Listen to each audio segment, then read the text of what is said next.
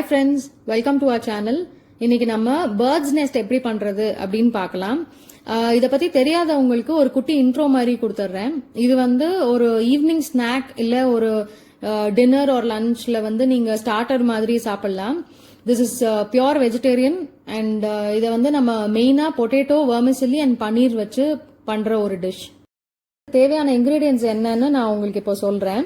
இந்த ரெசிபிக்கு தேவையான இன்கிரீடியன்ஸ் அண்ட் அதோட மெஷர்மெண்ட்ஸ் எல்லாமே நான் கீழே டிஸ்கிரிப்ஷன் பாக்ஸ்ல மென்ஷன் பண்ணிருக்கேன்.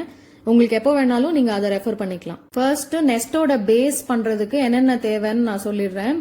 4 மீடியம் சைஸ் பொட்டேட்டோ எடுத்து பாயில் பண்ணி மேஷ் பண்ணி வச்சுக்கோங்க. 2 மீடியம் சைஸ் அனியன்ஸ், அப்புறம் கரம் மசாலா 1 டீஸ்பூன், சீரகத்தூள் 1 டீஸ்பூன், மிளகாய் தூள் 1 டீஸ்பூன், பெப்பர் 1 டீஸ்பூன், மஞ்சத்தூள் 1/2 டீஸ்பூன், உப்பு தேவையான அளவு. பொட்டேட்டோ ரெடி பண்ணதுக்கு அப்புறமா நம்ம அது மேல கோட்டிங் கொடுக்கணும். ஸோ அதுக்கு தேவையானது 2 டேபிள் ஸ்பூன் கார்ன்ஃபிளவர், அப்புறம் 1.5 கப்பு சேமியா. சேமியா வந்து நான் டபுள் ரோஸ்டட் திக் சேமியா எடுத்திருக்கேன். பட் நீங்க எது வேணும்னாலும் எடுத்துக்கலாம், திக் ஆர் தின், ரெண்டுமே நல்லா தான் இருக்கும் இந்த ரெசிபிக்கு. இப்போ நம்ம நெஸ்ட் மேல எக்ஸ் பண்ணி வைக்கணும். ஸோ அதுக்கு என்னென்ன தேவைன்னா பனீர் ஒரு 40 கிராம்ஸ் எடுத்திருக்கேன். அதுக்கப்புறம் கொத்தமல்லி நல்ல பெரிய லீவ்ஸா பார்த்து செலக்ட் பண்ணி எடுத்துக்கோங்க. ஒருவேளை உங்ககிட்ட கொத்தமல்லி இல்ல அப்படின்னா அதுக்கு பதிலாக நீங்க புதினா கூட யூஸ் பண்ணலாம். புதினாலையும் நல்லா இருக்கிற பெரிய லீவ்ஸா எடுத்துக்கோங்க. நம்ம இப்ப நெஸ்டோட பேஸ் எப்படி பண்றது அப்படின்னு பார்க்கலாம். அதுக்கு ஃபர்ஸ்ட் நம்ம பண்ண வேண்டியது என்னன்னா அனியன்ஸும் இந்த மசாலா எல்லாமே பொட்டேட்டோல போட்டு மிக்ஸ் பண்ணணும். அனியன்ஸ் வந்து எவ்வளவு ஃபைனா சாப் பண்ண முடியுமோ அவ்வளவு ஃபைனா சாப் பண்ணிக்கோங்க. இல்லைன்னா உங்களுக்கு அந்த நெஸ்ட் வந்து ஒழுங்கா ஃபார்ம் பண்ண வராது. அதே மாதிரி உருளைக்கிழங்கையும் நல்லா மேஷ் பண்ணிக்கோங்க. அதுல கொஞ்சம் லம்பா அந்த மாதிரி எல்லாம் இருந்ததுன்னா உங்களுக்கு ஸ்மூதா அந்த பேஸ் பண்ண வராது. இப்போ அனியன்ஸ் போட்டு நல்லா மிக்ஸ் பண்ணி வச்சாச்சு. இப்போ 1 by 1 இந்த ஸ்பைசஸ் எல்லாமே போட்டு மிக்ஸ் பண்ணிடலாம். இந்த ஸ்பைசஸோட மெஷர்மெண்ட்ஸ் எல்லாமே நான் உங்களுக்கு ஸ்டாண்டர்ட் மெஷர்மெண்ட்ஸ் தான் கொடுத்துருக்கேன். உங்களுக்கு வேணும்னா உங்களோட டேஸ்ட்டுக்கு ஏற்ற மாதிரி நீங்க அதை ஆல்டர் பண்ணிக்கலாம். இப்போ மசாலாலாம் போட்டு நல்லா மிக்ஸ் பண்ணி வச்சாச்சு உருளைக்கிழங்க. இந்த மாதிரி நெஸ்ட்ஸ் பண்ணி வச்சுக்கணும். அடுத்தது உங்களுக்கு 4 மீடியம் சைஸ் பொட்டேட்டோஸ்க்கு 5 நெஸ்ட்ஸ் ரஃபா வரும். இப்போ இது எப்படி பண்றதுன்னு நம்ம பார்க்கலாம். ஃபர்ஸ்ட் கொஞ்சம் எண்ணெய் எடுத்து நல்லா கையில தடவிக்கோங்க. It can be any oil. சும்மா லேசா தொட்டு அப்படி கோட் பண்ணிக்கோங்க. அப்பதான் உங்க கையில எல்லாம் ஒட்டாது நீங்க உருளைக்கிழங்கு உருட்டும் போது. நல்லா ஒரு பெரிய பால் இந்த மாதிரி எடுத்து நல்லா உருட்டிக்கோங்க. சப்பாத்தி மாவெல்லாம் யூஸ்வலா நம்ம உருட்டுற மாதிரி. நல்லா இந்த பால் மாதிரி வந்ததுக்கு அப்புறமா உங்களோட தம் ஃபிங்கரை வச்சு சென்டர்ல பிரஸ் பண்ணீங்கன்னா மைல்டா ஒரு கப் மாதிரி ஃபார்ம் ஆகும்.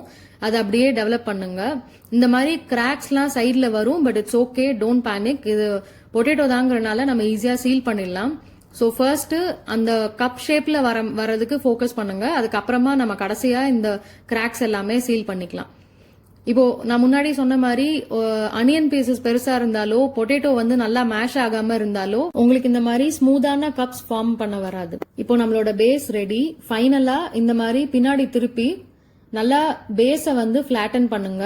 ரொம்ப ஜென்டிலா பிரஸ் பண்ணுங்க, இல்லைன்னா முன்னாடி வந்து கிராக் ஆயிடும், இல்ல ஷேப் மாறிடும்.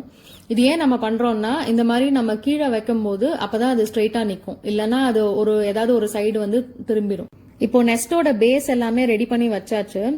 ரொம்ப முக்கியமான விஷயம் என்னன்னா நீங்க நெஸ்ட்டை வந்து ரொம்ப தின்னா பண்ணிடாதீங்க. கொஞ்சம் நல்லா திக்காவே இருக்கட்டும். ஏன்னா ரொம்ப தின்னா பண்ணிட்டீங்க அப்படின்னா இதுக்கப்புறம் நம்ம வந்து சேமியா வச்சு கோட்டிங் கொடுக்கணும், அதுக்கப்புறம் டீப் ஃப்ரை பண்ணணும். ஸோ இதெல்லாம் பண்ணும்போது அது ஈஸியா பிரேக் ஆகிறதுக்கு நிறைய சான்சஸ் இருக்கு. இப்போ நம்ம இந்த பொட்டேட்டோ மேல சேமியா வச்சு கோட்டிங் கொடுக்க போறோம். அதுக்கு வந்து கார்ன்ஃபிளவர் நல்லா இந்த மாதிரி தண்ணி ஊத்தி கரைச்சு வச்சுக்கோங்க. ரொம்ப திக்காவும் இருக்கக்கூடாது, ரொம்ப தின்னாவும் இருக்கக்கூடாது கன்சிஸ்டன்சி. 2 டேபிள் ஸ்பூன் கார்ன்ஃபிளவருக்கு நான் ஒரு 2.5 to 3 டேபிள் ஸ்பூன்ஸ் தண்ணி ஊத்துனேன். ஸோ இப்போ இந்த மாதிரி இந்த கப்ஸ் எடுத்து அதுல ஜென்டிலா டிப் பண்ணிக்கணும். அதுக்கப்புறமா சேமியாவை அது மேல கோட்டிங் கொடுக்கணும். ஒரு முக்கியமான டிப் என்னன்னா சேமியாக்கும் சரி கார்ன்ஃபிளவருக்கும் சரி நல்ல பெரிய மவுத் இருக்க போலா எடுத்துக்கோங்க. ஏன்னா அப்பதான் நீங்க கம்ஃபர்டபுளா டிப் பண்ணி எடுத்து கோட்டிங் கொடுக்க முடியும். ரொம்ப சின்ன மவுத் இருக்க போலா எடுத்தீங்கன்னா நீங்க எடுக்கிறதுக்கும் கஷ்டப்படுவீங்க. அந்த டைம்ல வந்து உங்களோட கப்ஸோட ஷேப் வந்து மாறி போறதுக்கு சான்சஸ் இருக்கு. ஸோ இப்போ வந்து இப்படி ஜென்டிலா அதை போட்டுட்டு உள்ள டிப் பண்ணிட்டு ரொம்ப ஜென்டிலா ஹேண்டில் பண்ணுங்க. கொஞ்சம் அழுத்துனீங்கன்னா கூட ஷேப் மாறி போயிடும். ஒன்ஸ் நீங்க அதை கார்ன்ஃபிளவர்ல டிப் பண்ணதுக்கு அப்புறமா ஷேப் ரொம்ப மாறிடுச்சுன்னா அதை திரும்ப பேக் டு நார்மல் கொண்டு வர்றது கொஞ்சம் கஷ்டம் தான். இப்போ நம்ம நல்லா டிப் பண்ணியாச்சு. இப்போ அடுத்தது சேமியாவை அது மேல எடுத்து இப்படி லேசா தூவுங்க. ஸோ நல்லா கோட் ஆகும். இன்னொரு டிப் என்னன்னா, ஒரு ஹேண்டை வந்து எப்பவுமே ட்ரையாவே வச்சுக்கோங்க. இன்னொரு கையை மட்டும் கார்ன்ஃபிளவர்ல டிப் பண்றதுக்கு வச்சுக்கோங்க. ஏன்னா 2 கையவும் நீங்க கார்ன்ஃபிளவர்ல போட்டுட்டு டிப் பண்ணிட்டு அதுக்கப்புறம் திரும்பியும் சேமியால போட்டீங்கன்னா அந்த சேமியா எல்லாம் அப்படியே ஒரு பால் மாதிரி ஃபார்ம் ஆயிக்கும். அந்த வெட்டாறதுனால அப்படி பால் மாதிரி ஃபார்ம் ஆயிக்கும். ஸோ உங்களுக்கு வந்து ஈஸியா கோட்டிங் கொடுக்கறதுக்கு வராது. எல்லா நெஸ்டையும் நம்ம ரெடி பண்ணி வச்சாச்சு. இப்போ அடுத்தது டீப் ஃப்ரை பண்ணிடலாம். அந்த நெஸ்ட் எல்லாம் டீப் ஃப்ரை பண்றதுக்கு தேவையான அளவு எண்ணெயை ஹீட் பண்ணிக்கோங்க. ஒருவேளை எண்ணெய் போதுமான அளவு ஹீட்டா இருக்கான்னு தெரியல அப்படின்னா இந்த மாதிரி ஒரு vermicelli அதுக்குள்ள போடுங்க. ஸோ அது உடனே இந்த மாதிரி பொரிஞ்சு மேல வந்தது அப்படின்னா இட் இஸ் ஹாட் இனஃப். இப்போ நீங்க ஒரு நெஸ்டா போட்டு ஃப்ரை பண்ணி எடுத்துடலாம். ஒரு 3-4 நெஸ்டா ஒரு சிலர் போடுவாங்க. ஆனா ஐ டோன்ட் ப்ரிஃபர் தட். ஏன்னா அது ஒன்னோட ஒன்னு இடிச்சு கொஞ்சம் vermicelli எல்லாம் கொட்டி வேஸ்ட் ஆயிடுது. ஸோ அதனால இந்த மாதிரி ஒரு கரண்டி எடுத்துக்கோங்க. இது ஃப்ரை பண்றதுக்குன்னே இருக்க கரண்டி எல்லா கடையிலயுமே கிடைக்கும். அதுல ஒன்னொன்னா வச்சு இந்த மாதிரி இப்படி ஃப்ரை பண்ணி எடுங்க. உங்களுக்கு இந்த மாதிரி ஃப்ரைங் லேடில் இல்லைன்னா நீங்க நார்மலான அரிகரண்டியே யூஸ் பண்ணிக்கலாம். அதுல ஒன்றும் பெரிய டிஃபரன்ஸ் இல்லை. நான் இந்த மெத்தட் ப்ரிஃபர் பண்ணுவேன். ஏன்னா எண்ணெய் ரொம்ப ஹாட்டா இருக்கனால நீங்க 1 செகண்ட் எக்ஸ்ட்ரா அதை எண்ணெயில விட்டீங்கன்னா கூட பர்ன் ஆகிறதுக்கு நிறைய சான்சஸ் இருக்கு. ஸோ இந்த மாதிரி கரண்டியில வச்சோம்னா நம்ம டிப் பண்ணி எடுத்து பார்க்கலாம். ஓகே இந்த லெவல் போதும் அப்படின்னு நமக்கு கெஸ் பண்றதுக்கு கொஞ்சம் கரெக்டா இருக்கும். நல்லா ஃப்ரை பண்ணதுக்கு அப்புறமா இந்த மாதிரி ஒரு பிளேட்ல டிஷ்யூ வச்சு அது மேல ஃப்ரை பண்ண நெஸ்ட் எல்லாமே வச்சிருங்க. இப்ப நம்ம நெஸ்ட் மேல வைக்கிறதுக்கு எக்ஸ் ரெடி பண்ணிடலாம். அதுக்கு வந்து பனீரை நல்லா கிரேட் பண்ணி வச்சுக்கோங்க. இந்த மாதிரி கிளீனான ஒரு சாப்பிங் போர்டு எடுத்துக்கோங்க. இப்ப நம்ம கிரேட் பண்ண பனீரை நல்லா கையாலே நீட் பண்ண போறோம். இது ரொம்ப முக்கியமான ஸ்டெப். இதை ஸ்கிப் பண்ணாதீங்க. ஏன்னா அப்பனாதான் உங்களுக்கு நல்ல ஸ்மூத்தான எக்ஸ் கிடைக்கும். இந்த மாதிரி நல்லா உங்க பாமை வச்சு நீட் பண்ணுங்க பனீரை. உங்களுக்கு ஒரு ஃபைன் பேஸ்ட் கிடைக்கிற வரைக்கும் நீங்க இதை பண்ணணும்.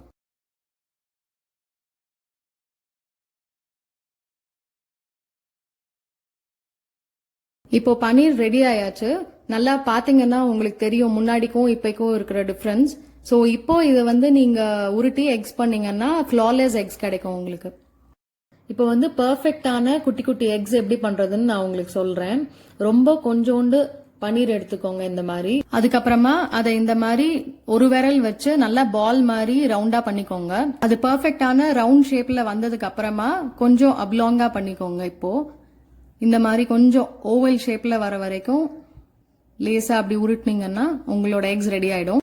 ஆக்சுவலா இதை லாஸ்ட் டைம் நான் எங்க வீட்டுல பண்ணப்போ நான் வாட்ஸ்அப் ஸ்டேட்டஸா வச்சிருந்தேன். அப்போ ஒரு சிலர் கேட்டாங்க என்கிட்ட, பனீரை வந்து பிளாண்டா இருக்குமே, நம்ம உப்பு கூட அதுல எதுவுமே போடலையே, பரவாயில்லையா அப்படின்னு கேட்டிருந்தாங்க. உங்களுக்கும் அந்த டவுட் வந்தா வரலாம். ஸோ அதனால நான் சொல்றேன், பனீருக்கு வந்து உங்களுக்கு இந்த பர்டிகுலர் ரெசிபிக்கு நீங்க எதுவுமே அன்பார்ச்சுனேட்லி ஆட் பண்ண முடியாது ஃபிளேவருக்காக. ஏன்னா நம்ம இது எக்ஸ்ன்னு சொல்லி பண்றோம். வேணும்னா நீங்க மேஷ் பண்ணும்போது கொஞ்சோண்டு வெரி லிட்டில் சால்ட் ஆட் பண்ணிக்கோங்க.